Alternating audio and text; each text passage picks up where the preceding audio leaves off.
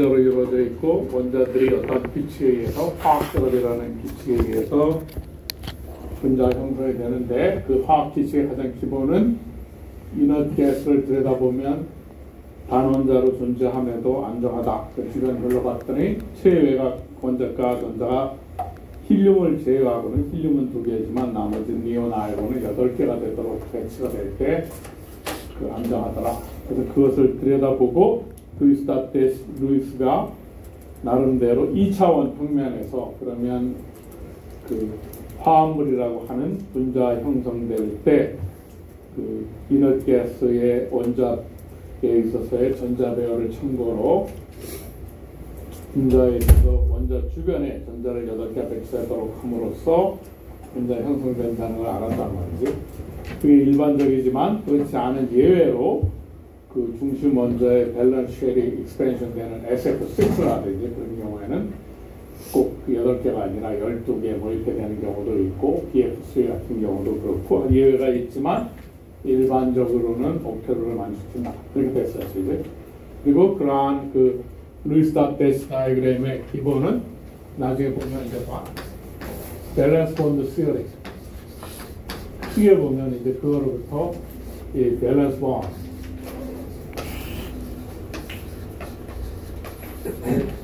밸런스 본드의 기초가 되게 됐고 그래서 이제 옥테르로부터 시작해가지고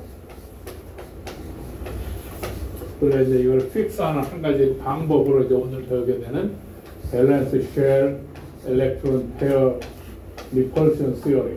옥텟 룰의 한 분파하고 나름대로 여기로부터 이제 분자의 기하학적 구조, 쉐입이 굉장히 중요하다. 여러분들 관상을 딱 쳐다보면 이 학생이 성실한 학생인지 선생님은 딱 들어와서 질문하고 이런 것만 딱 물어봐도 아, 이 학생이 평상시에 어떻게 사는 거를 지난 30년 동안 학생들 겪어보니까 안단 말이야. 한마디만 나와봐도. 그래서 관상, 면상을 딱 보면 아는 것처럼 분자도 이 쉐입을 딱 들여다보면 앞서 우리가 쉐입하고 리액티비티, 화학 반응에서 반응성이 어떻게 될 건가를 미뤄 짐작하는 것처럼 그래서 오늘은 옥텟 룰의 연장선상에 있는 밸런스 일렉트론 페어 리펄션 시어리에 대해서 알아보겠다. 그런데 이렇게 되는 이유는 분자의 모양이 굉장히 중요하다. 그 분자의 모양을 알게 되면 물리 화학적 성질을 알게 되고 그로부터 우리가 화학 반응성도 알게 된다. 그러면 일반적으로 이러한 그 분자의 모양, 그러니까 뭐 단백질도 마찬가지고 이것에 하는 그 프로틴 폴딩 그것도 마찬가지고 기하학적 구조라고 하는 것은 포텐셜 에너지라고 하는 것은 그것을 구성하고 있는 구성 요소의 공간 배치에 따른 에너지를 위치 에너지라고 부른다고 그랬지. 그리고 항상 레퍼런스는 변할 수가 있다. 그래서 결국은 여기서 보는 바대로 분자의 기하학적 구조라고 하는 것은 에너지가 미니멈이 되는 포텐셜 에너지가 미니멈이 되는 그러니까 분자를 구성하는 원자의 공간적 배치에 따른 에너지가 미니멈이 되어 하는 그러니까 most stable한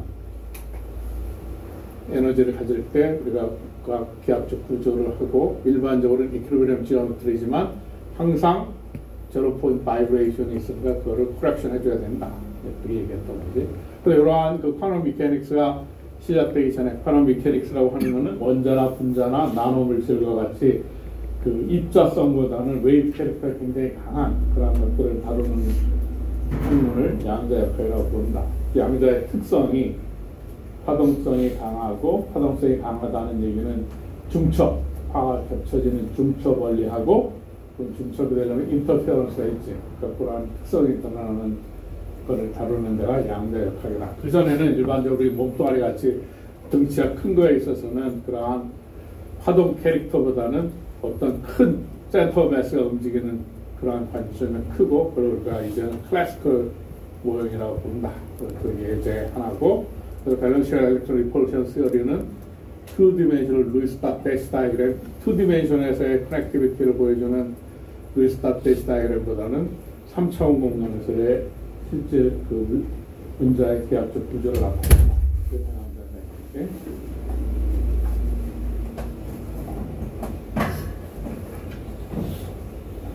그렇게 그러면 밸런스 쉘 일렉트론 페어 리펄션, 그 약자가 밸런스 쉘 일렉트론 페어 리펄션이고, 그러니까 리펄션, 엘렉트론이라는 것은 마이너스 차지를 띠고 있고, 그러니까 그 페어끼리는 서로 반발을 할 것이고, 그럼 반발을 가장 어떠한 기하학적 위치가 됐을 때 미니멈이 되는가, 그게 결국 관건이 되는 것이고, 그래서 결국은 그러면 페어에는 종류가 결국은 논 페어라는 게 지난 시간에도 있다고, 그다음 본딩 페어, 그다음에 안티 본딩 페어, 뭐 이런 게 있다 그랬단 말이지. 항상 그 본딩 페어가 론 페어가 미니멈이 되도록, 리펄션은 미니멈이 되도록 배치하게 된다. 그래서 두 개의 페어가 있을 때는 리니어, 제일 위에 있는 두 개의 페어가 있을 때는 리니어하게, 세 개일 때 가장 멀리 갈 수 있는 게 트리거널 플래너고, 그다음에 네 개일 때는 이제 3차원이 된단 말이죠. 그래서 옛날 우리 때는 통장, 담배 피는 애들도 많고, 대학교도 통장입니다. 담배 피는 미팅 나가면은 물건 내놔라. 그래서 통장 깨지 뭐 4개 같은 거 해가지고 상대편이 딱 정해주면 여학생이고 남학생이고 통장 깨지 4개 주고 상대편 4개를 만들어라. 이러면 2차원에 아무리 해도 안 되잖아. 3차원에 테트라히드를 만들어야 되잖아.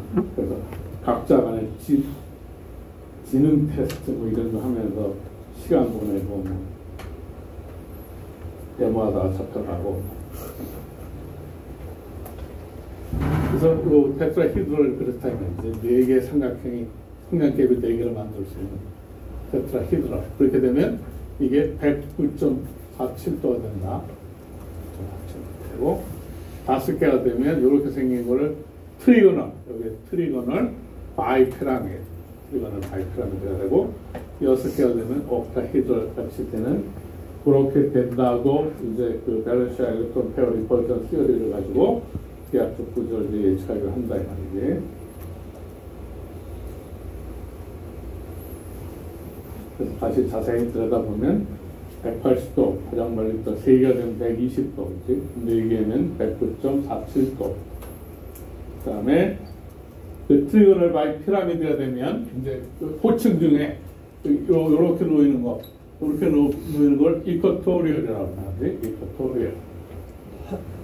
XR이니 이쿼토리얼이 그런 게 이제 유기화학이든지 포지션을 얘기할 때 이제 많이 나타나잖아요. 이쿼토리얼. XR.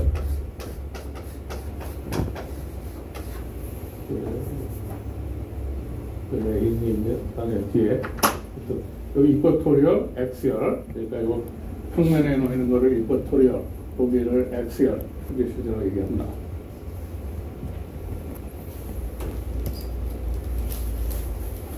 이래 되니까 이제 그 론 페어, 본딩 페어의 수가 중요하게 되지. 그러니까 요거를 수학적으로 디파인하기 가장 좋은 방법이 뭘까 생각해가지고 생각해낸 게 스테릭 넘버라는 스테릭 넘버.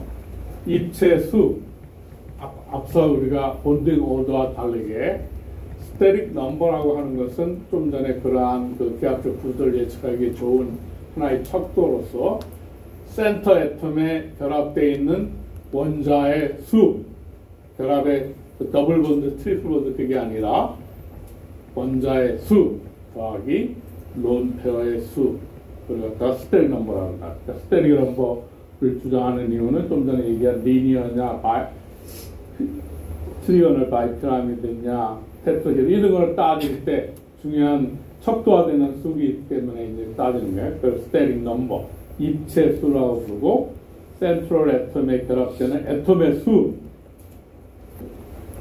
플러스 론 페어의 수.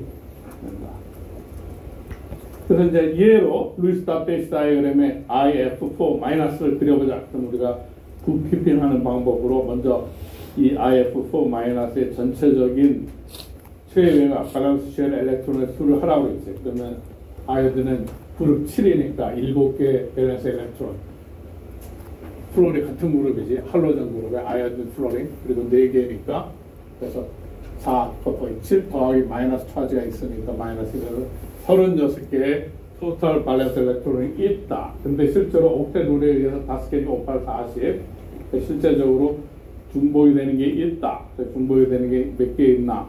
2에서 1을 빼서 나눠보면 2개의 번호가 필요하다. 그치? 그래서 4개 번호를 먼저 형성한단 말이에요. 여기 본인 말대로 그래. 그래 놓고 보면 여전히 2개의 론 페어 남아. 그래서 최종적으로는 IF4- 이런 구조가 되고, 그래서 보면 지금 밸런스 쉘 익스펜션이 돼가지고 아이오딘에 10개 일렉트론이 있지. 그렇지만 이 분자의 스테링 넘버가 얼마냐? 그래 따지면 이걸 기준으로 센트럴 애텀 기준으로 하나, 둘, 셋, 4개 애텀이 있고, 그러니까 4 더하기 론 페어 2개, 그래서 스테링 넘버 6다. 그래서 이거는 스테링 넘버 6를 갖는 배열이 안정하도록 된다. 이걸 따져보면 이렇게 해보면 됩니다. 스테링 넘버가 밸런스 쉘 엘렉트론 리펄션 시어리에 있어서의 핵심 키워드는 스테링 넘버다. 자세히 가보면 이 스테링 넘버를 카운팅할 때 더블 본드, 트리플 본드 이런 거 다 하나로 카운트 된다. 왜냐하면 스테링 넘버라고 하는 건 센트럴 애텀 있는 원자의 수지 본딩의 오도가 아니라고 했단 말이지. 그럼 CO2는 카본 애텀을 중심으로 보는 연결되어 있는 게 2개니까 스테링 넘버 2. 그러니까 CO2는 밸런스 쉘 엘렉트론 페어 리펄션 시어리에서 보면 리니어한 구조를 가질 것이다. 그래서 리니어하다는 걸 우리가 예측할 수 있고, 마찬가지로 BF3, 또 스트레인 넘버 3니까 트리거널하게 이렇게 될 것이다. 네? 메세인, 테트라히드럴하게 구조가 된다. 그래서 스트레인 넘버가 굉장히 중요하다.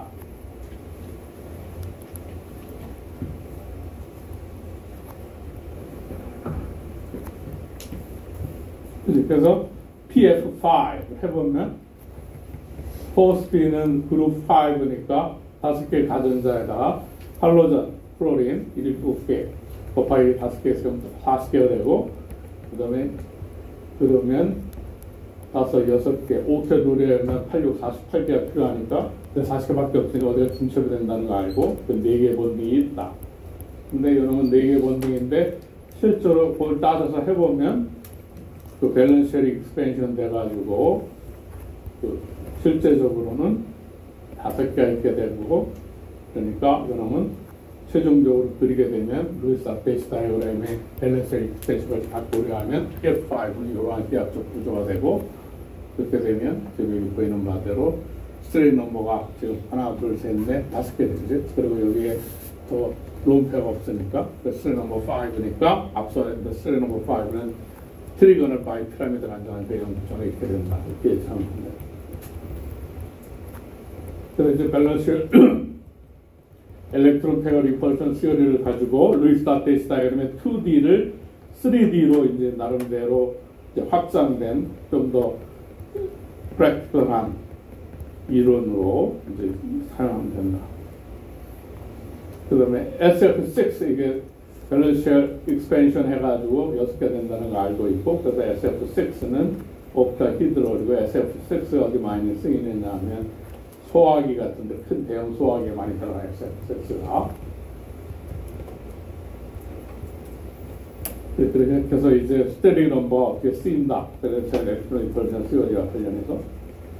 그 다음에 이제 우리가 따져봐야 되는 게, 그러면 그 본드의 결합에 참여하는 전자쌍을 본딩 페어, 전자 화학 결합에 참여하는 걸 론 페어라고 얘기했단 말이지. 그럼 본딩 페어하고 론 페어가 역할에 있어서 차이가 있어가지고 결국은 몰리큘러 쉐입을 결정하는 데 이제 영향을 주니까 그걸 분리해서 보자.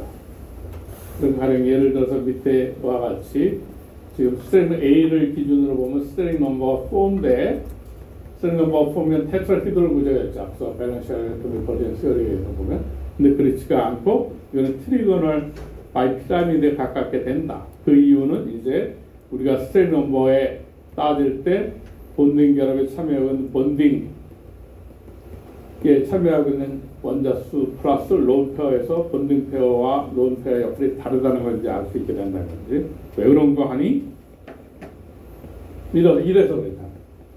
지금 보면 A, B에 보면 A하고 B 사이에 있는 거는 본딩 페어 엘렉트론이고, B에 있는 거는 론 페어인데 론 페어, 본딩 페어를 비교해 보면 론 페어가 훨씬 커. 그 공간을 차지하는. 그러니까 론 페어에 의한 리펄션이 그지?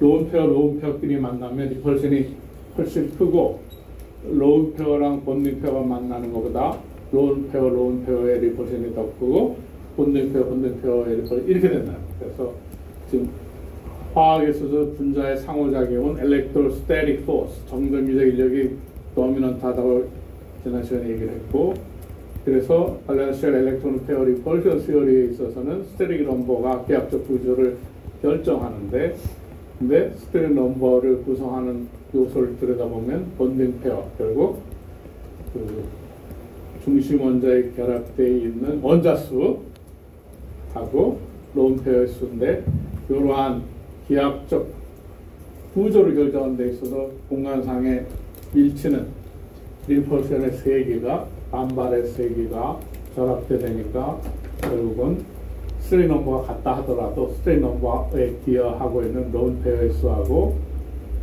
화학 결합에 참여하고 있는 본딩 페어의 수가 다르니까 그 두 성분을 잘 고려해야 된다.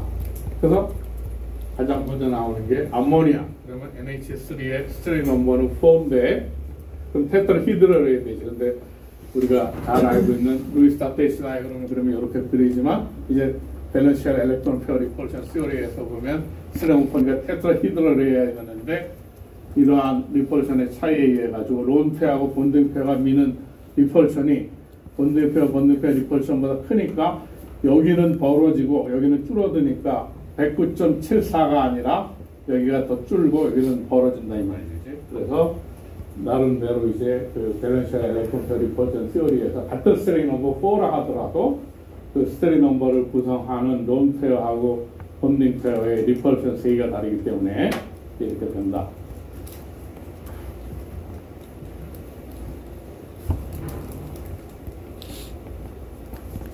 마찬가지로 물도 스테릭 넘버가 4지. 그 루이스 다테이스 다이어그램을 그려놓은 거에 보면 산소 원자 중심 산소 원자 주변에 본등표 2개 플러스 론표 2개 스테릭 넘버 4니까 테트라히드럴 구조가 되어가지고 이렇게 돼야 될 것 같은데 그렇지가 않고 실제 물의 구조는 이렇게 된다.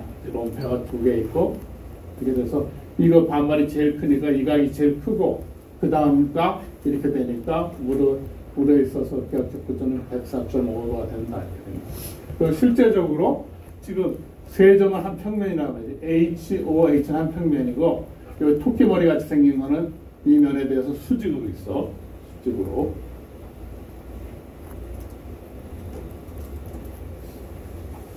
그래서 보통 그 물이 이제 그 고체 RS가 되면은 테트라히드럴 구조가 된다고 알려져 있지. 그래서 부피가 액체에 비해서 커지는 이유가 그것 때문이다.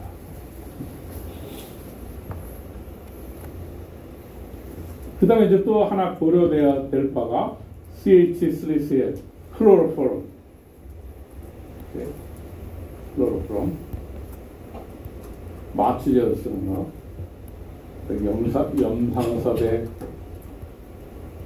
크본실의 청개구리에서 김이 모락모락 나올 실제로 개구리 잡아가지고 클로로폼을 주사해가지고 해부해 볼 때 김이 모락모락 나대? 김이 모락모락 안 나지. 사실주의 묘사가 사실주의를 주장하는 염상섭이지만 실제로 실험 안 해보고 그냥 머릿속으로 했다는 걸 알 수 있다. 그게 클로로폼입니다. 이 클로로폼도 카본하고 여기 카본, 클로린이 있지. 그러면 요 지금 클로린 애톰 주위로 이 본딩 엘렉트론의 덴시티가 이게 엘렉트론이 더 크니까 이 카본보다 이쪽으로 더 땡겨가니까 이쪽의 전자밀도가 높으니까 상대적으로 본딩 페어지만 이쪽의 전자밀도가 더 낮고 여기가 더 높으니까 같은 본딩 페어끼리 밀어도 이놈이 인터액션이 리펄션이 훨씬 작고 이놈이 더 클 거니까 여기 보면 둘 사이 110.5도고 108.5도가 되게 이렇게 된다 이거지. 이렇게 다르다.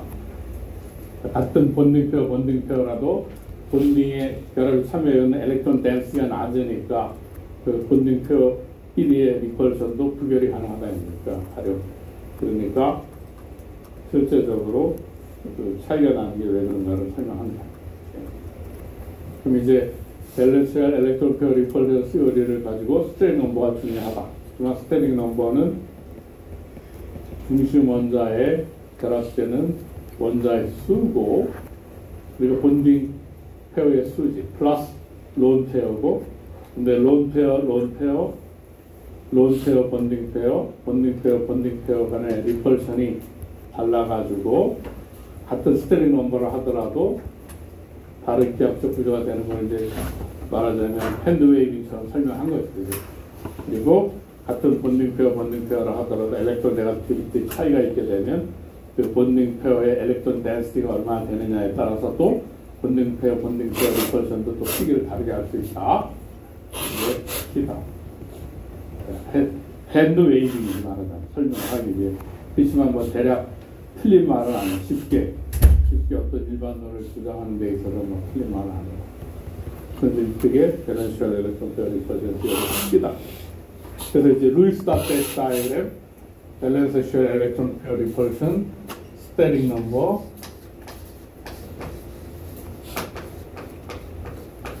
이제 이를 배웠고 그러면 기하학적 구조를 하는 게 론 페어,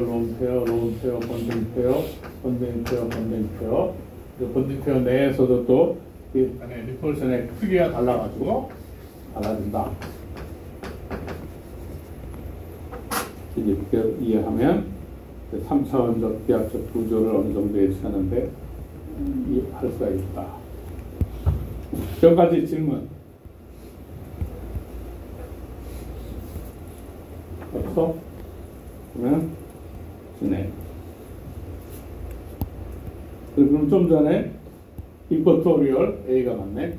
이쿼토리얼. 그러니까 지금 보면 요거를 이쿼토리얼 포지션에 있는 수소냐 엑셀에 있는 거냐 뭐 그런 얘기를 이제 많이 할 텐데 그지?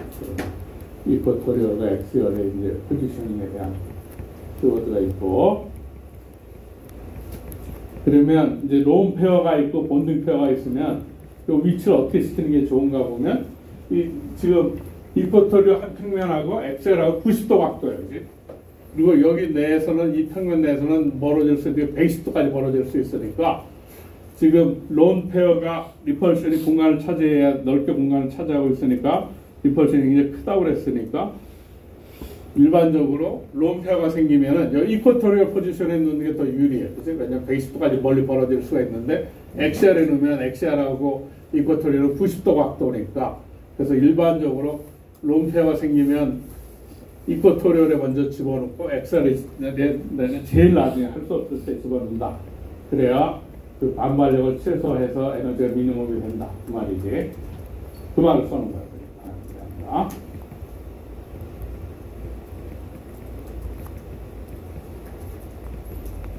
그래서 이제 그 말이 뭔 말인가 이제 이거 해보면 안다. PF5라고 하는 게 5개니까 이게 스테링 넘버 5라는 거 미러 짐작할 수 있고 PF5 그러면 스테링 넘버 5는 트리거널 바이 피라미드가 될 것이고 그래서 스테링 넘버 5가 되는 거를 위에 다 적어놨어.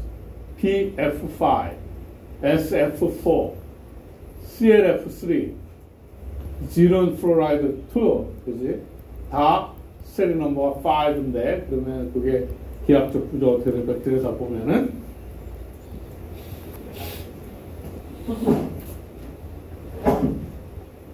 여기 다 스테링 넘버 5예요, 놈들이. 근데 구조가 되게 달라요. 들여다보면 먼저 요거 PF5부터 먼저 보자.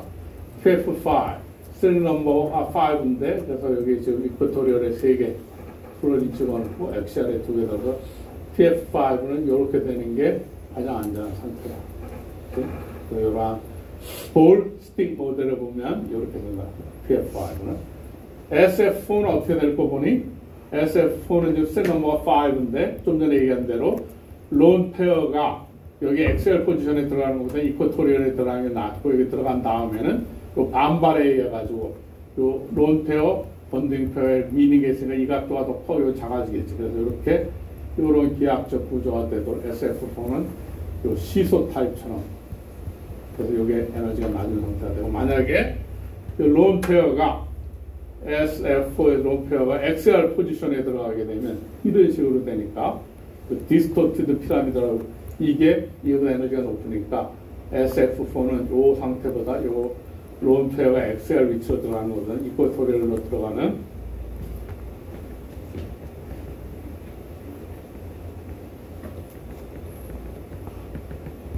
갑자기 컴퓨터도 쉬어야 되나 보네. 컴퓨터도 쉬어야 되나 보다. 잠깐 풀려 있어서.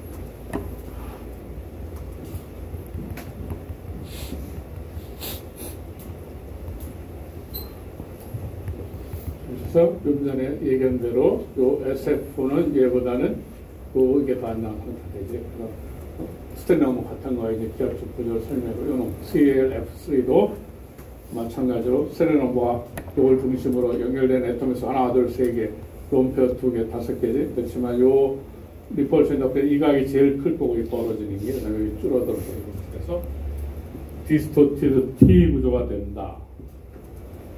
그다음에 지넌 플로라이드도 셀 넘버 5인데 그렇게 되고 론페어는 이쿼토리얼에 다 집어넣고 XR의 플로리는 이렇게 해서 리니어 구조가 된다. 이 문제를 보니까 생각난 게 옛날에 의대 편입시험이 있을 때 의대 편입하는 학생들 시험에 단골로 나왔던 것 같아요. 그런 거를 다 이해해가지고 이쿼토리얼에 들어가서 지는 플로라이드가 스탠 넘버 5임에도 불구하고 리니어 구조가 되는 게 안정하다. 즉 그 이유는 리니어하게 보이는 거는 이렇게 그렇다. 그래서 스탠 넘버 5임에도 불구하고 론 페어, 본딩 페어 간의 리펄션의 크기에 따라 가지고 다른 것에 의해서 이렇게 구조가 결정되는 것 때문에 그렇다. 밸런시얼 엘렉트론 페어 리펄션 시어리가 나름대로 3차원적 기압적 구조를 설명하는 데 도움이 된다. 그 다음에 밸런시얼 엘렉트론 페어 리펄션 시어리 잘 안 맞는 경우는 주기율, 3주기율표의 하이드라이드를 만들 때 하이드라이드가 되면 보통 이제 뒤에 그 옥시전 넘버를 얘기를 할 텐데 그거와 관련돼 가지고 밸런시얼 엘렉트론 페어 리펄션 시어리는 일반적으로 아이닉 본딩보다는 코버런 캐릭터에 유리하도록 돼 있어서 그렇다는 거지.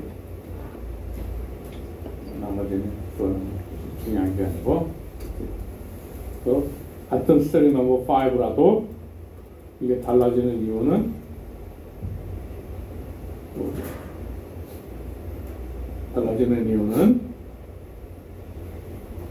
이런 인터랙션의 크기 때문에 다르고 그 다음에 이 다른 본딩 페어에도 이 덴시티가 더 많냐 적으냐에 따라 하나 더 그리라고 그러면 그걸 그려놓으면 된다고 했잖아.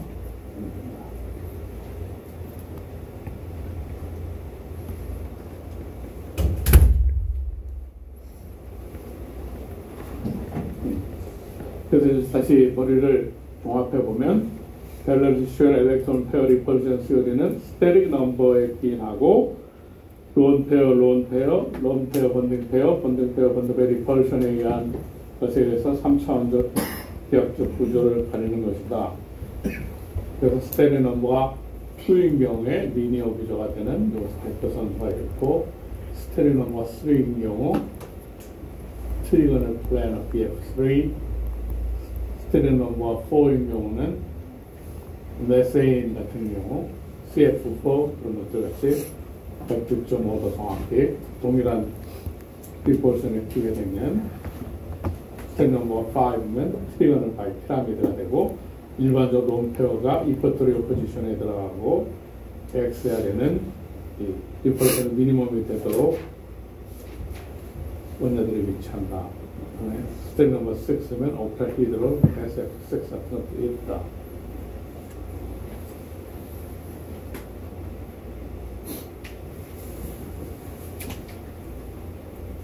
그러면 이러한 것들이 기인하는 것은 결국 전자 그룹 사이의 반발력인데 그걸 엘렉트로스테릭 포스라고 한다. 정전기적 인력. 그래서 모노폴, 헤파이온이나 어나이온, 사자가 없으면 그 다음에 설치는 것이 이제 다이폴이다. 그 다이폴은 벡터향이고 벡터는 더할 수가 있다는 공간으로. 그래서 그거를 본드 다이폴 모먼트 또는 줄여서 본드 다이폴이라고 부른다. 그래서 분자에 있어서의 오버올 다이폴 모먼트는 이러한 본드 다이폴의 벡터 썸이다. 그래서 우리가 분자의 시메트리, 아까 기하학적 구조, 이 쉐입 관상을 우리가 잘 알면 성질을 아는 것처럼 이 몰리큘러 시메트리,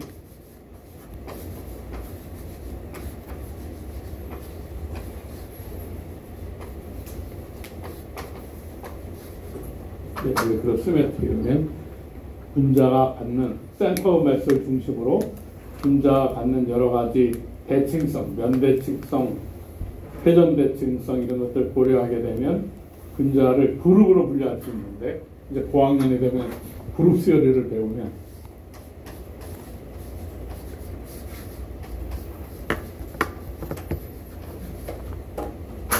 그룹으로 클래시파이를 쫙 하면은 이놈이 다이폴 모먼트가 있는지 없는지 금방 안다는 거지. 그러니까 더 돌을 닦아가지고 돌을 더 많이 닦는 도사님은 그러한 저런 기본 프린시플 몇 개를 잘 알고 있으니까 연성을 딱 보고 시메트리를 딱 보면 어떤 특징을 갖겠다 금방 안 해. 이제 다 계산해보고 지금 저런 말 안 해요.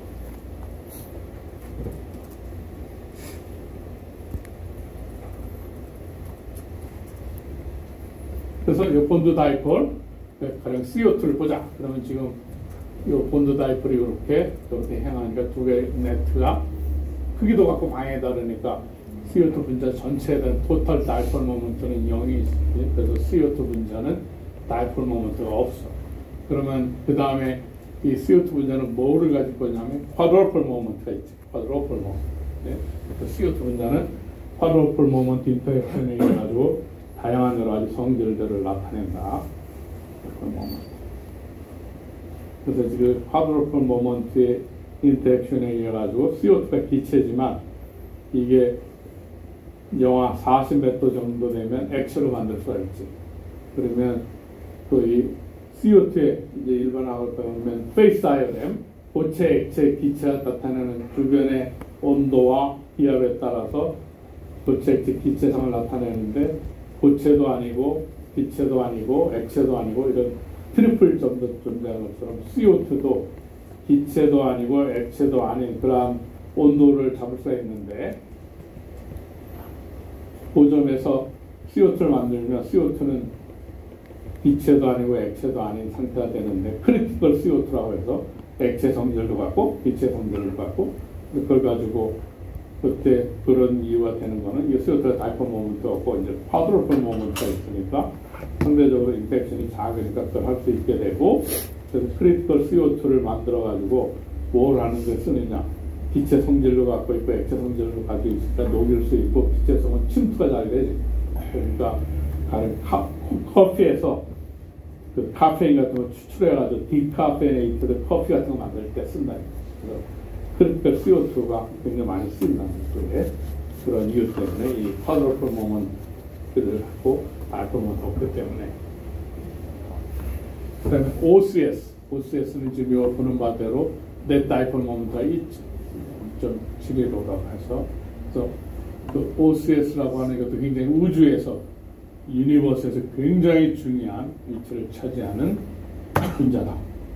우리가 유니버스에 존재해가지고 지금 우리가 이렇게 살아갈 수 있는 이유도 OCS 분자가 되었다. 그다음에 물도 아까 밸런스 일렉트론 페어 리펄션 시리에서 104.5도 그렇게 되게 되고 해보면 1.84 드바이고 이게보다 더 물이 2드바이가 아니고 이거보다 작거나 크지 않고 딱 1.84 드바이가 되는 바람에 인간도 존재하고 생명체도 존재하게 되는 아주 굉장히 중요한 수치인 넘버 1.84 드바이. 저에 대해서 또 책을 쓴 사람이 있다는 거지. 그거에 대해서 관심 있는 학생은 물의 다이폴 모멘트가 왜 1.84 드바이가 됐는가, 생명체에 저렇게 되는 거에 대한 심오한 책을 쓴 걸 찾아보면 물과 무슨 유니버스 뭐 이런 걸 치면 같이 여러 개 표를 치면 물이 1.84 드바이가 될 수밖에 없었던 이유에 대해서 장황하게 책을 쓴 사람이다. UC 버클리에 있다가 유니버시티 오브 조지아주가 복숭아가 많이 나는 주인데 버클리 애들 교육시킨다고 버클리에 있다가 옮겨갔다고 그러는데 나이가 많은데 이름이 잘 생각이 안 나. 어쨌거나 물이 1.84 드바이다. 굉장히 중요한 넘버고 머리에 기억해둘 만한 가치가 있는 넘버다.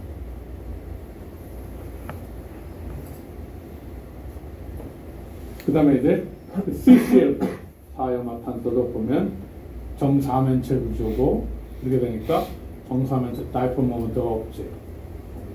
그러니까 보통 저렇게 정사면체처럼 생각하는 거는 구처럼 생각하면 그러니까 공간 3차원 공간에서 공간을 빼곡하게 잘 채울 수 있는 게 정사면체로 딱 이루어지는 유니셀이 빼곡하게 빡빡하게 잘 채울 수가 있거든. 공처럼 공은 빈 공간이 생기잖아, 그지? 근데 정사면체는 빡빡하게 빈 공간 없이 잘 채울 수 있게 되고, 그리고 그래서도 정사면체가 굉장히 중요한데 그 CCl4는 다이폴 모멘트가 없다. 지금 보는 바대로. 그래서 워터, OCS는 폴라하고 CO2, CL4 같은 난폴라다. 그러니까 본드 자체는 폴라하지만 다이폴 모멘트는 벡터양이어서 토탈 썸이 넷 제로가 돼서 CO2나 CCl4는 난폴라한 컴파운드다. 그러니까 폴라하고 난폴라가 중요한 게 녹일 때 폴라한 솔벤트에 폴라한 걸 녹이고 난폴라 솔벤트에 난폴라한 게 녹지. 그래서 유유상종 비싼 끼리끼리 어울린다. 그 말이에요. 유유상종. 그래서 그 사람을 이해하려고 그러면 그 사람 주변의 친구를 보면 그 사람의 어떤 사람인가 어느 정도 알게 된다. 유유상종. 근자 세계도 유유상종한다. same kind는 same kind끼리. 그래서 그 다이폴 모멘트가 인터몰리큘러 인터랙션 굉장히 중요해요. 왜냐하면 핵화연, 원화연 다음에 가장 힘센 사자가 없으면 그 다음에 힘센 놈이 그 밀림을 지배하듯이 다이폴 모멘트가 지배하기 때문에 그렇다. 그리고 다이폴 모멘트는 엘렉트로스테릭 포스의 모노폴 다음으로 센 힘이니까 그래서 중요하다. 네, 그 다음에 이제 우리가 고려해야 되는 게 산화수, 산화하는 반응도 그렇고 이제 굉장히 많이 나타나는데 그래서 옥시데이션 넘버, 산화수라고 하는 거를 정리를 해가지고 아이오닉 컴파운드일 때 아이오닉 컴파운드 아이언 3 로마 숫자로 나타납니다. 코벌런트는 쉐어링하는 거고 엘렉트론이 트랜스되는 경우 아니라고 했지. 그래서 노먼클러처라는 건 명명법이 이름 짓는 거. 여러분이 태어나면 여러분의 아버지나 할아버지나 할머니가 이름을 짓자. 노먼클러처가 명명법 하는 얘기고 우리가 스토키오메트리 그러면 화학 양론 그렇지? 양을 따지는 거 스토키오메트리 있는 것처럼 노먼클러처라는 거는 화합물들의 이름 짓는 법. 노먼클러처라는 거. 그래서 결국은 이 옥시데이션 넘버는 부키핑하는 돈이 들락날락하는 거 따지는 것에서 전자가 들락날락하는 따짐이라고 생긴 개념이다. 특별하게 어떤 의미가 있는 건 아니고 그러니까 포멀 차지나 옥시데이션 넘버는 우리가 따지는 리얼 차지, 모노폴 그런 의미는 아니다. 그냥 북깊이 돈 들락날락거리는 걸 따지듯이 화학관에서 전자의 들락날락을 따지기에 유리한 어떤 속도가 되니까 우리가 그냥 정해놨을 뿐이다.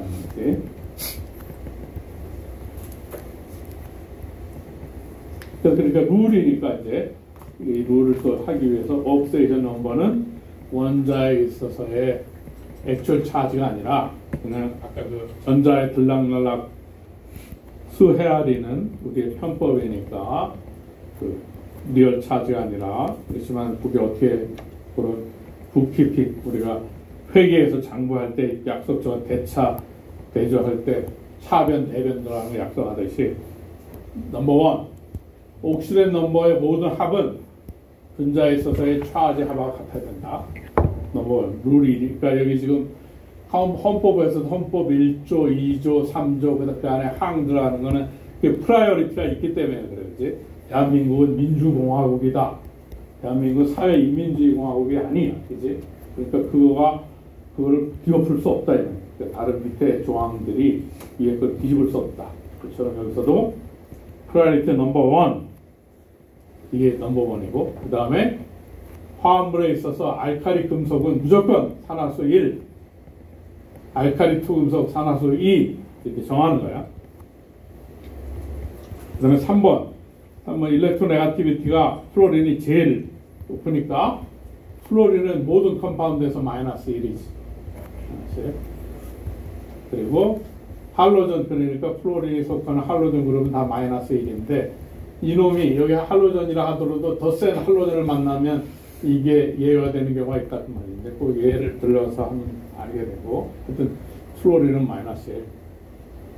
그 다음에 하이드로전 무조건 1인데 메탈 하이드라이드가 될 때면 예외로 왜냐하면 여기 이 조항 때문에 그래서 리튬 하이드라이드 이렇게 되면 수소는 무조건 1이어야 되는데 이 조항이 우선하니까 이게 플러스 1이니까 얘는 마이너스 1일 수밖에 없게 되지. 그렇게 얘기고 옥시전도 마이너스 2인데 얘는 플로린을 만나면 얘가 마이너스 1이 되니까 얘를 먼저 따지고 가야 되니까 얘도 달라지게 된다 그 말이고 옥시전은 2번, 4번을 따라라. 그래서 이제 얘를 해보면 그만 이 말이 여기서 좀 전에 산소가 마이너스 2가 될 수 없는 게 얘가 플로린이 마이너스 1이잖아요. 그래서 마이너스 2가 되니까 얘는 플러스 2가 될 수밖에 없죠. 그래서 그 프라이어리티로 옥시전 넘버를 결정할 때 그 룰을 그렇게 정했기 때문에 그리고 어떤 그 물리적 의미를 주기 위해서보다는 아까 전자의 들락날락거리는 북키핑을 유리하기 위해 가지고 우리가 한 거기 때문에 과산화수소에서 얘가 플러스 1이니까 얘는 당연히 마이너스 1이 돼야 돼. 이게 아니다. 이게 우선이었잖아. 그 다음에 소디움도 얘가 플러스 1이니까 플러스 2가 되니까 얘는 마이너스 1이 될 수밖에 없고 플러스 1이니까 마이너스 1이 되는 거지. 그렇게 그 옥시데이션 넘버를 정할 때 우리가 그 룰을 이렇게 정해놨기 때문에 프라이어리티를 정해놨다.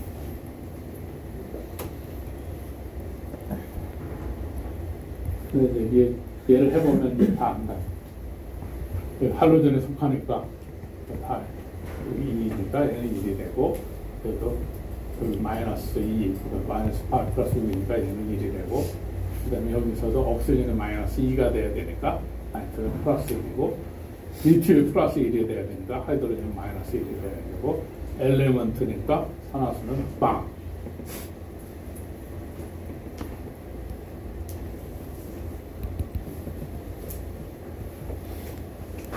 그래서 이 포멀 차지나 옥시데이션 넘버가 생기는 거는 그 루이스 모델의 디피션시 때문에 포멀 차지가 들어가게 된 것이고 그 루이스 베이스 다이어그램을 그릴 때 포멀 차지가 커지지 않도록 또는 포멀 차지가 없도록 만드는 게 가장 타당한 루이스 베이스 다이어그램의 루이스 스트럭처다 하는 거지.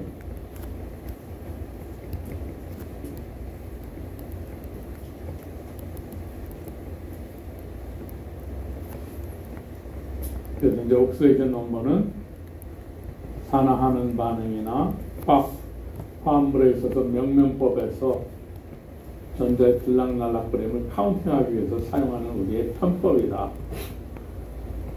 그래서 옥시데이션 넘버가 나름대로 의미하는 바는 로우 옥시데이션 넘버를 갖는 스테이트가, 그러니까 원소들이 여러 가지 산화 상태를 가질 텐데 로우 옥시데이션 넘버를 가질 때 뭐 아이오닉하고 라지 옥시데이션 넘버를 가질 때 뭐 퍼블란트하다. 그러니까 망간 옥사이드에 대해서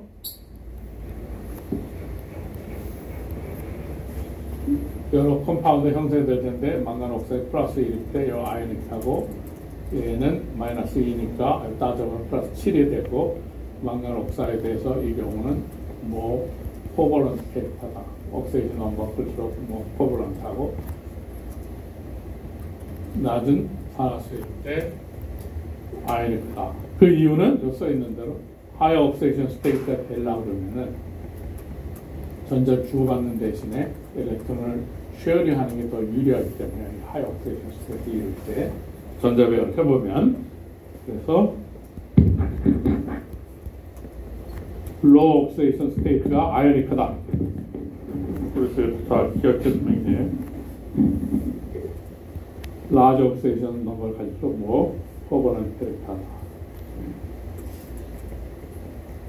이거 다.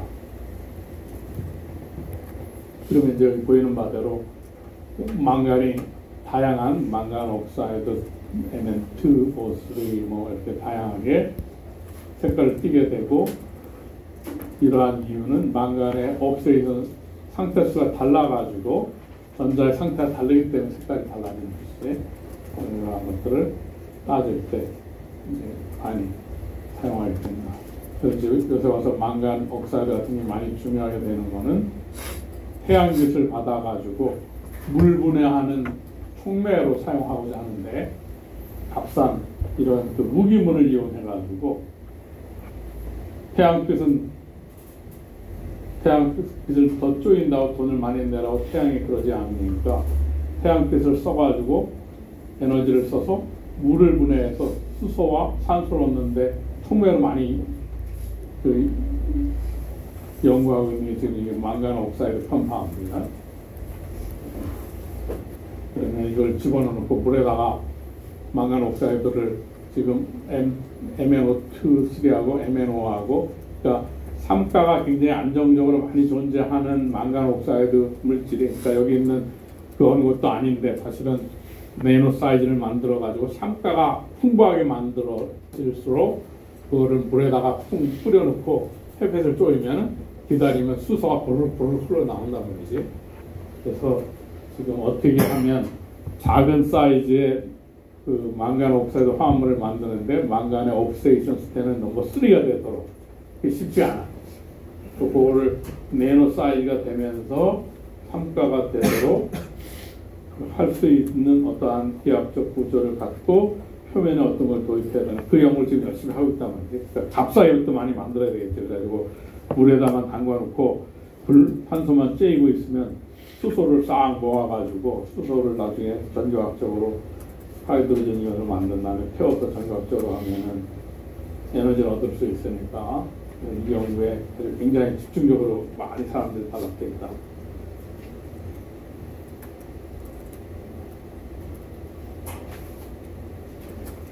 그래서 이제 그 여러 가지 메인 그룹 엘리먼트의 옥시데이션 스테이트 사람들이 쭉 들여다봤기 위해서 지금 솔리드 서클은 진한 동그라미는 우리가 흔히 관측하는 산화 상태지. 그 소디움 같은 플러스, 소디움 짜 올라오면 산화 상태가 소디움, 몇 장이 많이 보고 있지. 알루미늄 따로 보면 삼가짜리지. 그래서 Al2O3 지금은 이제 뭐 위궤양이 많이 없어졌는데 그 알루미나 Al2O3를 알루미나라고 부르는데, 그러면 양쪽석 산화물이 있어서 옛날에 속에서 위에 산이 많이 나오는 사람은 산을 중화시켜야 되니까 그 Al2O3를 이렇게 그 액체처럼 이렇게 만들어서 파는 게 위궤양 약이었어요. 옛날에. 대단한 거 파는 것도 아니고. 그리고 그걸 먹으면은 산이 많이 나오는 사람, 산이 중화되니까 속쓰림이 없어져가지고, 그러다가 위궤양을 일으키는 대부분이 그 헬리코박터라고 하는 헬리코박테리아라고 하는 것이 있어가지고 그놈을 죽이지 않으면 문제가 된다는 걸 알아냈지. 그러고 나서 위궤양약이 싹 다 없어져 버렸어. 그놈을 잡는 걸로. 그래서 그 헬리코박터를 처분하면 일반적으로 위에 그 위가 막 그 헐고 그러는 궤양처럼 되는 일이 벌어지지 않는다. 그래서 에일토스는 이제 많이 없어졌는데 하여튼 에일토스는 삼가가 많이 있는 것이고, 그래서 만약에 위가 쓰리다 그러면 에일토스 알루미나를 사다가 물에다 깨가지고 풀어가지고 마시면 된다고 했더니 그게 위궤양약이다. 본인에다 하는 거는 저축도 안 받으니까 의료법 위반도 아니고 약사법 위반도 아니니까 본인이 내볼 때는 비판된다. 나머지들 그래서 거기 다 관측되어 있는 산화 상태, 특별히 그다음에 것들이 그러니까 메인 메시지는 이런 중요한 원소들의 다양한 산화 상태를 갖는다. 그 필요에 따라서 그걸 만들면 된다. 그러면 이러한 그 무기임을 명명법을 이제 알아야 되겠다. 이제 약속하자. 그러면 아이오닉 컴파운드를 이름 붙이는 법은 캡타이온의 이름을 먼저 양이온을 먼저 불러주고 의면이 따라가도록 하면 된다. 그래서 이제 나트륨, 독일 사람들이 힘이 세고 할 때는 나트륨이라고 우리도 배웠는데 이제 미국 사람들이 경제 중심이 되고 나서부터는 영어 교과서를 쓰고 있고 심지어 불란서 독일에서도 자기네 박사학위 디펜스 할 때 영어로 써서 내도 된다 하는 그걸 써서 내고 그랬었는데 이제는 나트륨이 아니라 소디움 페타이온, 포타시움 페타이온, 칼륨 페타이온이라기보다 포타시움 페타이온, 칼슘이온 이렇게 부른다. 두 개 이상의 차지가 존재하는 동일한 원소에 대해서 로만 넘버로 2, 3 뭐 이렇게 갖다 붙이라. 다 여러 개의 원자로 이루어져 있는 양이온의 경우 NH4 플러스가 대부분인데 암모늄이라고 부른다. NH4 플러스는 H3O 플러스는 하이드로늄, HG2 플러스는 모필이 1 그런다. 그래서 옛날에 그러니까 이러한 그 로만 숫자를 갖다 붙이기 전에는 메탈 캡타이온에서 차지가 작은 거에다 OUS를 붙였어. 그래서 보면 요 아까 2, 3이라고 붙였는데 그렇게 안 부르고 요 페러스 OUS를 붙여서 요 옛날에는 페러스 이온이라고 부르고 페릭이라고 불렀는데 2가 3가 낮은 거는 OUS 높은 거는 IC를 붙인다. 그래서 옛날 문헌에 보면 페러스 이온, 페릭 이온이 이렇게 많이 나옵니다. 뒤에 갈수록 이제 로만 하는 거는 최근 들어서 이제 사람들이 만나가지고 글로벌라이즈 되면서 무슨 IUPAC, 케미스트리 유니언이 생기고 Pure and Applied 뭐 유니언인가 뭐 한 약자인데 그러면서 이제 약속해가지고 한 로만 숫자 2, 3 이렇게 쓰기 시작한 최근이고 옛날 문헌에는 페러스, 페릭 이렇게 되면 이가 상가를 부르는구나.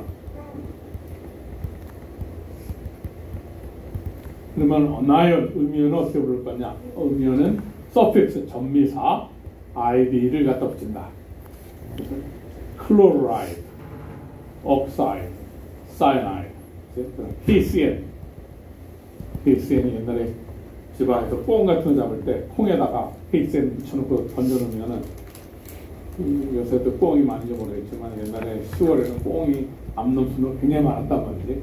꽁 잡아올 때 그래서 KCM 발라는 콩을 먹고 그 자리에서 직사하면 상자 싹 뽑아버리고 꽁먹이 뭐 이런 거 먹고 그 환영할 때 그러니까 KCM 같은 거 CN 사이나이드는 사람에 따라서 굉장히 독성이 강하니까 몸에 들어가면 화학반에 할로 사이나이드라고 해서 화학반에 굉장히 빨리 일어나가지고 사람 몸에 해로운데 그래서 어떤 사람은 또 사이나이드 냄새를 잘 맡는 사람이 있어.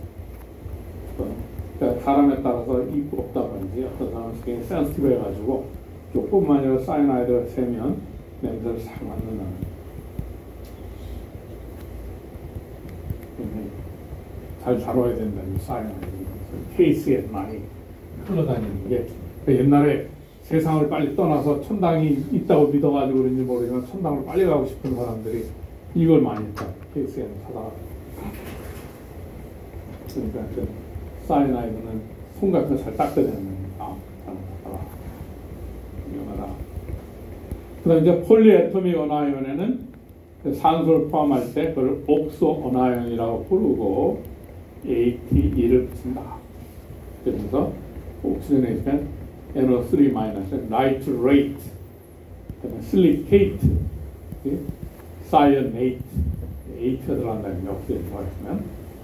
그다음에 세 번째, 산소의 수가 많은 놈에다가 에이트를 붙이고 산소가 적은 놈은 아이트를 붙인다. 그래서 NO3 마이너스 산소가 3개, 산소 2개인 거에 따라서 나이트레이트, 나이트라이트 붙인다. 그 다음에 이제 산소가 너무 많으면 이제 아까 적고 많음에 따라서 에이트, 아이트, 그런 구별이 이제 부족하니까 이제 퍼를 갖다 붙이면 제일 많은 산소가 붙어 있는 거를 PER을 붙여서 퍼, ClO4-는 퍼클로레이트, 가장 작은 놈은 하이퍼클로레이트. 그래서 보통 고혈압 그러면은 하이퍼텐션, 그지? 저혈압은 하이포텐션, HYPO하고 퍼하고 슈퍼맨, 그렇지? 퍼하고 하이포하고 이렇게 붙는다. 그래서 이제 예제를 해보면 우리가 이제 ClO-, ClO2, ClO3, ClO4까지 갔어요. ClO-, ClO-, ClO3-, ClO4-, 그러면 하이포클로라이드, 그 다음에 ClO2는 그냥 클로라이드, ClO3는 클로레이트, 4개가 되니까 퍼클로레이트.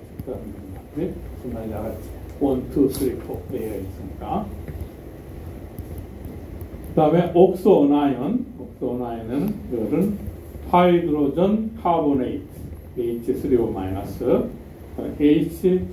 HSO4-는 하이드로전 설페이트 이렇게 하면 되는데, 옛날에 이것도 옛날 문헌을 찾아보면 하이드로전 카보네이트라고 부르지 않고 바이카보네이트, 이것도 바이설페이트 이렇게 보면 옛날 문헌에는.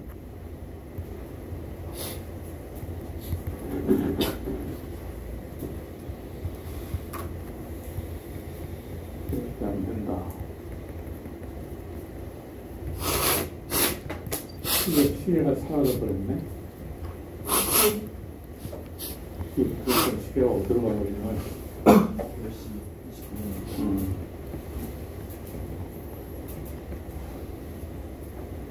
그러면 이제 하여튼 이 명명법, 노멘클러처, 그러니까 말을 해야 또 통하니까, 그렇지? 미국 사람 만나가지고 케미컬을 사고 싶은데, 영국 사람 만나서 사고 싶은데 한국말 하면 못 알아듣자. 그럼 스마트폰을 쓰면 되는데, 어쨌거나 이 약속에 플로라이드, 어나이온은 아이디를 붙인다고 그랬고, 쭉 보면 좀 전에 했던 여기 하이드로전 포스페이트, 그것도 많이 나오죠. 바이오케미스트리에서 하이드로전 포스페이트, 다이하이드로전 포스페이트, 그다음에 3개니까 설파이트, IT 많은 놈이 설페이트, 그리고 좀 전에 여기 했던 거 ClO-는 하이포클로라이드, 2개 클로라이드, 3개 클로레이트, 퍼클로레이트.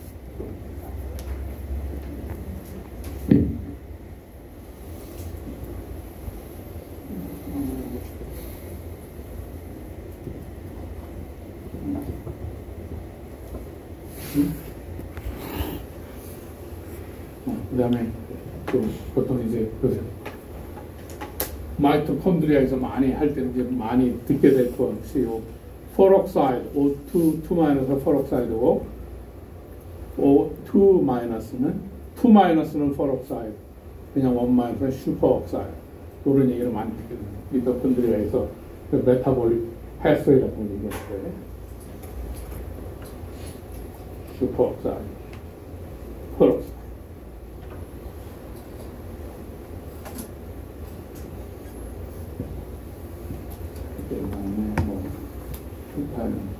케타이온 어나이온은 오버라이드 엘렉트로리스를 시키는 건 아니고 퀸브로마이드, 로마 숫자 쓴다. 포테시움 퍼망가네이트, 암모늄 설페이트, 아이언 2, 다이하이든 포스페이트. 또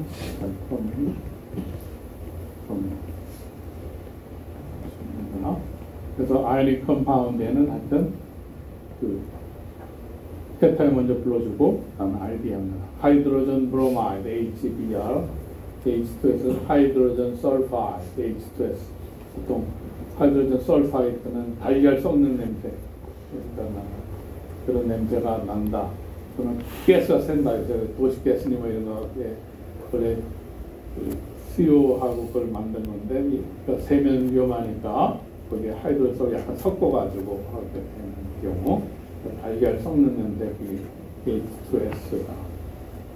그러니까 설퍼가 들어가 있는 컴파운드가 복도에서 냄새가 나면 저기 화학과에서 유기 합성하거나 유기 합성하는 사람들이 설파이드를 많이 쓰면 약간 마늘 새는 냄새 그런 거 나면 하여튼 그런 황 같은 거 누가 함부로 버렸거나 뭐 새 나오거나 그런 거니까.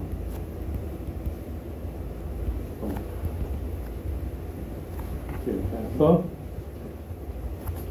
그 그릭 프리픽스를 써가지고 하는데 모노는 일반적으로 사용 안 하고 모노는 X로 써는 게 모노는 일반적으로 안 붙이고 다이 둘, 트라이 셋, 테트라 넷, 펜타, 헥사 이럴 때는 그릭 프리픽스를 붙이는데 모노를 안 붙이는데 예외적인 게 카본 모녹사이드 이런 경우는 그렇게 한다.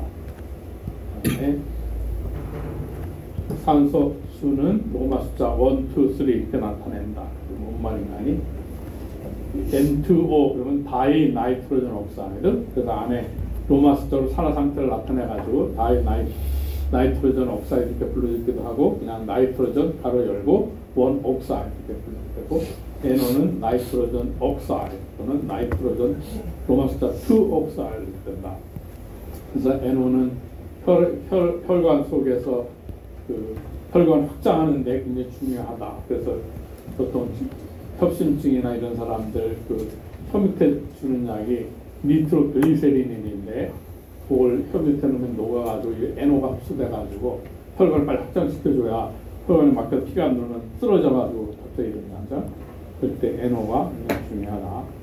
N2O3 마찬가지로 그렇게 따져보면 옥시전이 아까 2-라고 했잖아요. 그래서 N2O3 하면 마이너스 6이니까 그 N이 3을 띄어야 되겠지. 그래서 나이트로젠 3옥사이드 이렇게. 그러니까 옆에 이름을 왼쪽 이름을 부르거나 오른쪽에 로마 숫자를 써서 나타내라 그 말이고. 그래서 그리스에서 많이 쓰이는 그 숫자 헤아리는 법은 원은 모노, 둘은 다이, 셋은 트라이, 다는 테트라, 다섯 펜타, 6 헥사, 7 헵타, 옥타곤 하면 여덟이라고 얘기했다. 노나, 데카 이 정도는 기억을 해두면 그 화합물 명명법에서 굉장히 많이 쓰이니까 좀 기억해야 된다. 이거를 끝내고 이제 드디어 이제 양자의 세계, 고전의 세계에서 이제 양자의 세계로 들어간다.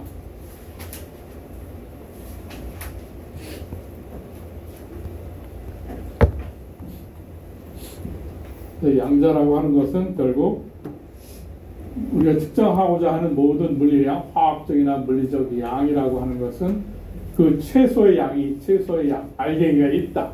그래서 우리가 전류 등을 재려고 그러면 최소의 알갱이인 전자의 개수 헤아리는 거다. 무게를 재야 된다. 무게의 가장 작은 알갱이인 원자들, 어떤 종류의 원자가 있는 개수를 헤아리고 원자 하나하나에 대해서는 우리가 카본 12를 12.00001몰의 무게를 약속한 것처럼 그렇게 해서 잰다. 하여튼 양자의 세계라고 하는 것은 그러한 화학적, 물리적 성질을 나타내는 최소의 알갱이들이 존재하고 그 알갱이들을 찾아내고 개수해야 되는 것이다. 그리고 그 개개 간의 상호작용을 연구하는 학문이다.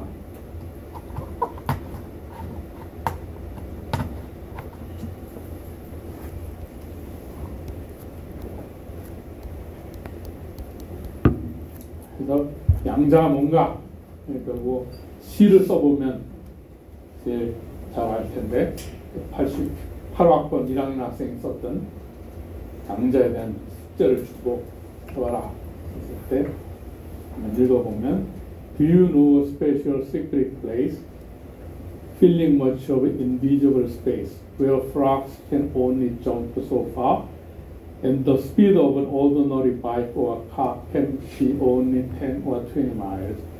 Every person has only half or whole smile, where dogs bark at specific levels of pitch. People can only be a certain amount to reach. This world is altered in such a way that night does not melt into day, but rather jumps from one to the other, as predicted by Bo, the founding father. To ordinary man, this place seems strange. It's not within an ordinary range. You cannot travel there by car, by sea, or over sand, but must use imagination to enter quantum land. 그냥 미국에가 쓴 거고, 한국에가 썼던, 박선영 학생이 썼던 거, 불연속성의 양자, 이 세상의 최소, 박선영. 경사진 매끈한 길보다는 한 발짝, 두 발짝 계단으로 다니기를 좋아하고, 길게 이어졌는 휘파람 소리보다는 째깍째깍 1초마다 시위하는 소리를 좋아하고, 은은한 노란 전구의 조명보다는 반짝반짝 꺼졌다 켜졌다 하는 사이키 조명을 좋아하고, 어떤 높이의 소리든 잘 내는 사람의 목소리보다는 도레미파솔라시 건반만 있는 피아노의 연주를 좋아하는, 끊어짐을 아름답다고 느끼는 내 친구, 그 이름은 양자. 끝없이 펼쳐진 해면 모래 사장의 물의 알갱이 하나, 어마어마하게 커다란 벽돌집에서의 벽돌 하나, 2,000원짜리 사탕 한 봉지 속의 사탕 하나, 덥수룩한 나의 머리 그 중에 머리카락 하나. 양자 친구들은 곳곳에 있다. 조그마한 그들이 한둘 모여서 만들어지는 세상.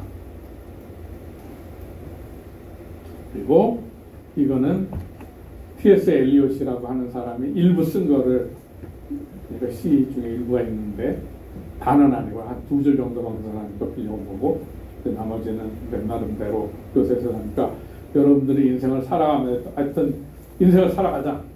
인생이 뭔지 모르지만, 그지? 두 문장은 그 사람이 그런 걸 생각했던 거예요. Life라고 하는 제목으로 Where is the life we have lost in the living? 우리가 살면서 잃어버린 삶은 어디에 있습니까? Where is the wisdom we have lost in knowledge? 우리가 지식으로 잃어버린 지혜는 어디에 있습니까? Where is the knowledge we have lost in information? 우리가 정보로 잃어버린 지식은 어디에 있습니까? Where is the information we have lost in big data? 거대 빅데이터 속에 손실된 정보는 어디에 있습니까? Today, with the advancement of science technology, our lives are alive in the world where wisdom is buried in knowledge. Knowledge is lost in information. Information is vanished into big data. Therefore, we should aim for a life that cultivates more advanced thinking and insight. 그러니까 옛날에 사람들이 지식으로부터 지혜롭게 살아가는 방법을 해서 요즘은 그냥 데이터 마구마구 많으니까 컴퓨터로 계산력은 좋으니까, 이제 그래서 어떤 예측 모형을 하나 줘가지고 변수를 뭐 엄청 때려놓아가지고 어떠한 인풋을 주면 아웃풋을 주는 찾아내는 게 AI라는 거지. 근데 이미 뭐 새롭게 있는 것이 아니라 이미 이렇게 엘리엇도 생각을 한 것처럼 우리 선조들도 생각한 것처럼 지식을 몇 개 배우면 그로부터 미루어서 지식을 가려 헤아려서 어떻게 행동해야 될까 하는 위지덤이 훨씬 뛰어났단 말이지. 지금은 그런 머리를 써서 생각하는 지혜를 헤아리는 것보다는 마구대고 일단 저질러 놓고 말도 내뱉어 놓고 그냥 그렇게 하는 세상이 됐으니까 해보라 그 말이 있습니다.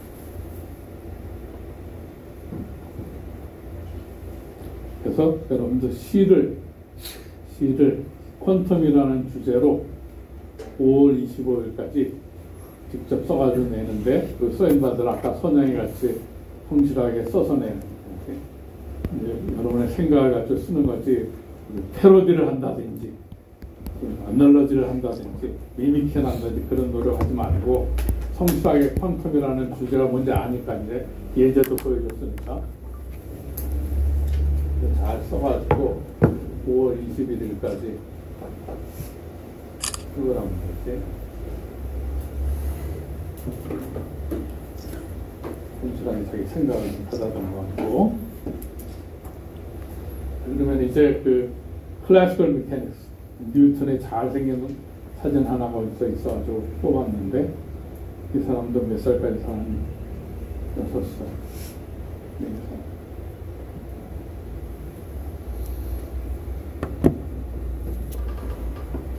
여든 4살까지 살았네. 맞네. 정말 오래 살았네. 옛날 사람 치고는 꽤 오래 살았네. 이때가 우리나라 정조, 영정조 시대 때인데, 어떤 이 클래시컬 메카닉스, 그 사람이 또 프린시피아라는 책에, 그러니까 law of motion, inertia, acceleration, 작용과 반작용, law of universal law, 그거로 이 사람이 유명하지만 실제로는 이 사람이 증권 투자 많이 하고 어떻게 금을 만들 수 있을까 연금술하고 그걸 대부분의 이 사람 실험책에 노트해 보면 이것이 대부분이었고, 나름대로 그동안에 많이 쌓여져 있는 데이터를 분석을 해가지고 생각할 수 있는 기회가 생겼잖아요. 이제 집에 돌아가서 또 많은 자유 시간을 가질 수 있는 시간이 있었으니까 여러분들 생각을 통해 가지고, 그리고 이 사람이 쓰는 요 몸뚱 아니 우리 같이 그 벌크 우리 육감을 써서 할 수 있는 세계, 그리고 우리가 클래시컬 메카닉스, 이제 우리가 양자의 세계로 들어간다 그랬잖아요. 퀀텀 메카닉스, 퀀텀이라고 하는 것이 알갱이 간의 상호작용이고 원자, 분자 이런 작은 알갱이들. 그 당시만 해도 그런 것들을 다르게 용이하지 않았단 말이에요. 이 당시는. 하지만 지금 우리는 원자, 분자를 만질 수 있고 볼 수 있고 하는 시대니까. 그래서 이제 양자역학의 이 태동, 양자라고 하는 것은 분리량의 최소의 알갱이를 양자라고 하고 그런 양자들 간의 상호작용을 다루는 학문을 양자역학이라고 그런다. 그래서 마이크로스코프, 미세 세계, 원자, 분자, 뭐 이온, 뭐 이런 것들이지. 이런 것들이 양자죠. 조그만 것들. 그리고 이제 클래시컬 하면은 컨티뉴어스하게 모든 실수가 가능하다고 그랬지만 그게 아니라 요 우리가 다루는 세계는 어떻게 보면 정수의 세계에 있어요.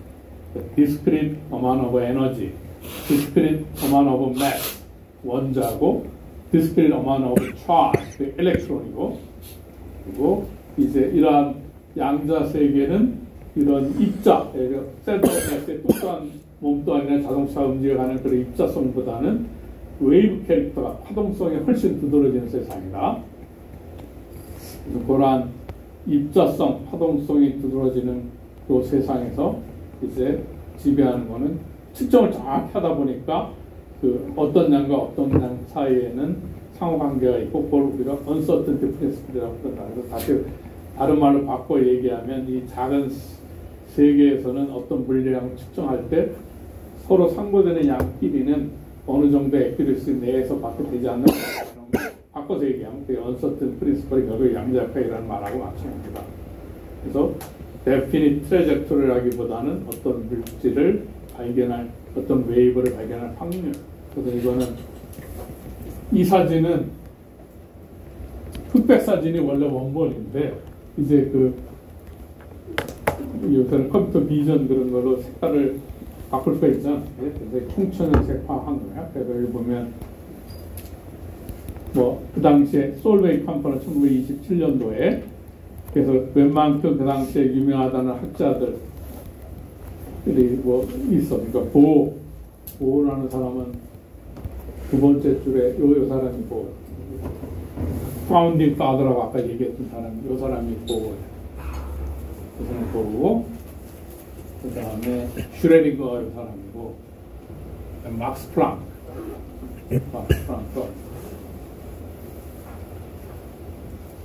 어디 있을 텐데.